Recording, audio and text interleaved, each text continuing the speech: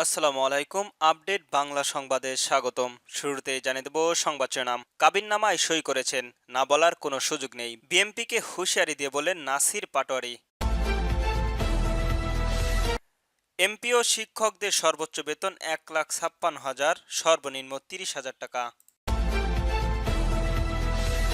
আরও জানিয়ে দেব উপদেষ্টা পরিষদের বৈঠক অনুষ্ঠিত। বাংলাদেশের জাতীয় সঙ্গীত গেয়ে বিতর্কের মুখে ভারতীয় নেতা। সর্বশেষ জানিয়ে দেব নভেম্বরের গণভোটের দাবিতে ইসি ও জামাত সহ ৮ দলীয় একজোট। শুনছিলেন সংবাদ শিরোনাম, এবার বিস্তারিত।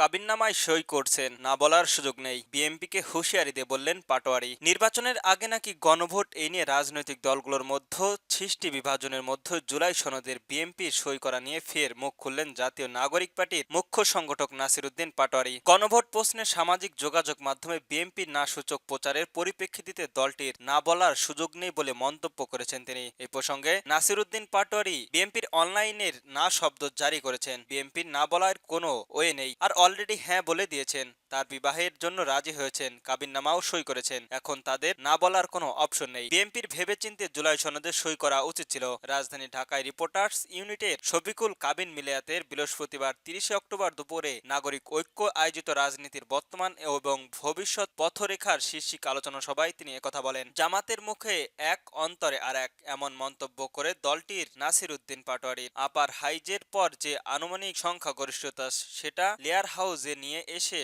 আপনারা পুরো জিনিসটাকে নষ্ট করে দিয়েছেন। আপনারা কিছু কিছু ক্ষেত্রে জাতির সামনে মুখে একটা, অন্তরে আরেকটা, এই ধরনের যে আচরণ ব্যবহার রয়েছে সেটা স্পষ্ট হয়েছে। পাটোয়ারি মনে করেন গণভোট প্রশ্নে জামাত পরবর্তীতে হয়তো বিএনপির সঙ্গে ঐক্যবদ্ধ হয়ে যাবে, হয়তো বলবে ঠিক আছে ইলেকশন দিনেই গণভোট হোক। সংস্কার কমিশনারের সুপারিশ দিয়ে বল এখন ডাক্তার ইউনূসের কোর্টে, এমন মন্তব্য করেছেন এনসিপির নেতা। ডাক্তার ইউনূস যেহেতু আন্তর্জাতিক খেলোয়াড়, বলা হয়ে থাকে সে বিদেশি প্লেয়াররা বাংলাদেশে খেলতে এলে একটু পিছলে যায়, কারণ বাংলাদেশের মাঠটা অনেক বেশি পিছলা। কিন্তু এই পিছলাটা জায়গায় যেমন তেল মর্দন করেন আমাদের আইন উপদেষ্টা আসিফ। এমপি ও শিক্ষকদের সর্বোচ্চ বেতন ১,৫৬,০০০, সর্বনিম্ন ৩০,০০০। নতুন বেতন কাঠামো নিয়ে পে কমিশনারের সঙ্গে মতবিনিময় করছেন এমপিভুক্ত শিক্ষকদের সংগঠন এমপিভুক্ত শিক্ষা জাতীয়করণ প্রত্যাশীর জোট প্রতিনিধি দল। এ সময় তারা এমপিভুক্ত শিক্ষকদের সর্বনিম্ন বেতন ৩০,০০০ টাকা এবং সর্বোচ্চ বেতন ৫৬,০০০ টাকা করা সহ ১০ দফা দাবির প্রস্তাব দিয়েছেন। বৃহস্পতিবার ৩০ অক্টোবর সকালে সচিবালয়ে বেতন কাঠামো নিয়ে পে কমিশনারের মতবিনিময় সভায় এই প্রস্তাব তুলে ধরেন জোটের প্রতিনিধিরা। প্রস্তাবে প্রথম গ্রেডের কর্মকর্তাদের মূল বেতন ১,৫৬,০০০ টাকা করার সুপারিশ করার মতে অনুরোধ জানানো হয়। এছাড়াও দ্বিতীয় গ্রেডের বেতন ১,৪০,০০০ টাকা, তৃতীয় গ্রেডের বেতন ১,২৫,০০০ টাকা, চতুর্থ গ্রেডের বেতন ১,১০,০০০ টাকা এবং পঞ্চম গ্রেডের ৯৫,০০০ টাকা হলে ষষ্ঠ গেজেটের বেতন হবে ৬০ থেকে ৮০,০০০ টাকা। উপদেষ্টা পরিষদের বৈঠক অনুষ্ঠিত। অন্তর্বর্তীকালীন সরকার উপদেষ্টা পরিষদের বৈঠকে অনুষ্ঠিত হয়েছে। বৃহস্পতিবার ৩০ অক্টোবর প্রধান উপদেষ্টা অধ্যাপক ডক্টর মোহাম্মদ ইউনূসের সভাপতিত্বে তেজগাঁও তার কার্যালয়ের এ বৈঠক অনুষ্ঠিত হয়। তথ্য অধিদপ্তরের এক বিবৃতিতে এ তথ্য জানানো হয়েছে। এর আগে সোমবার ২৭ অক্টোবর প্রধান উপদেষ্টার উপপেশ সচিব আবুল কালাম আজাদ মজুমদার সরকারের এক বিবৃতিতে জানান, অন্তর্বর্তীকালীন সরকারের উপদেষ্টা পরিষদ নির্বাচিত সরকারের কাছে দায়িত্ব হস্তান্তর না করা পর্যন্ত নিয়মিত দায়িত্ব পালন করে যাবে এবং উপদেষ্টা পরিষদের বৈঠকও নিয়মিত অনুষ্ঠিত হবে। তবে এর আগের তথ্য উপদেষ্টা মাহফুজুর ভিন্ন বক্তব্য দিয়েছিলেন। বাংলাদেশের জাতীয় সঙ্গীত গেয়ে বিতর্কের মুখে ভারতীয় নেতা। ভারতের আসামের জাতীয় কংগ্রেসের এক অনুষ্ঠানে বাংলাদেশের জাতীয় সঙ্গীত আমার সোনার বাংলা গাওয়ায় বিতর্ক শুরু হয়েছে। দ্য টাইম অফ ইন্ডিয়া জানিয়েছেন, এই নিয়ে পক্ষে বিপক্ষের মতে আলোচনা সমালোচনা জোয়ার বইছে। দেশটির একাধিক পত্রিকায় জানিয়েছেন, রাজ্যের শ্রীভূমি জেলার কংগ্রেসের সেবা দলের এক সভায় দলের কর্মী বিধুভূষণ দাস রবীন্দ্রনাথ ঠাকুরের লেখা আমার সোনার বাংলা গানটি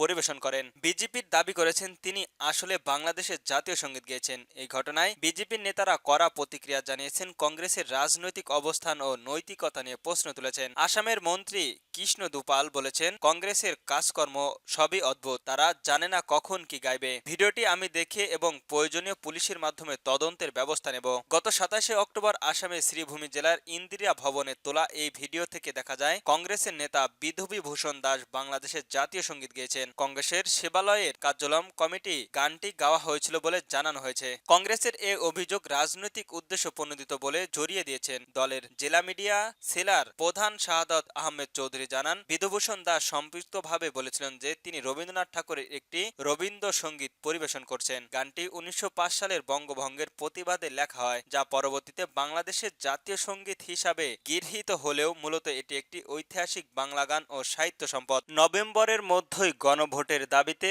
ইসিতে জামাতসহ 8 দলীয় উপস্থিত। আগামী নভেম্বরের গণভোটের 5 দফা দাবিতে নির্বাচন কমিশনের কাছে স্মরণকলিপ দেবে বাংলাদেশ জামাত ইসলামী আন্দোলনের বাংলাদেশ খেলাফত মজলিস সহ 8টি দল। বৃহস্পতিবার 30 অক্টোবর বেলা 11টায় নির্বাচন কমিশনের সামনে জড়ো হতে থাকে দলগুলোর নেতা কর্মীরা। গণভোটের দাবিতে বাংলাদেশের জামায়াতের ইসলাম সহ 8টি রাজনৈতিক দলের নির্বাচন কমিশনের স্মরণকলিপ দেওয়ার কর্মসূচি অংশ হিসেবে এই বিক্ষোভ অনুষ্ঠিত হয়। সংক্ষিপ্ত সমাবেশের নেতারা বলেন, জুলাই জাতীয় সনদ বাস্তবায়ন করে নভেম্বরে গণভোট আয়োজন করা হবে। তারা দাবি করেন নির্বাচন কমিশনারের প্রয়োজনীয় ব্যবস্থা নিতে হবে এবং সংসদ নির্বাচনে সকলের জন্য সমান সুযোগ সুবিধা করতে হবে। তা না হলে বিগত ইসির পরিণতি বর্তমান নির্বাচন কমিশনারকেও ভোগ করতে হবে। এরপর দুপুর 12টায় দলীয় শীর্ষ নেতারা সমন্বয়ের প্রতিনিধি দলে একে স্মরণকলিপ জমা দিতে কমিশনার কার্যালয়ে প্রবেশ করেন।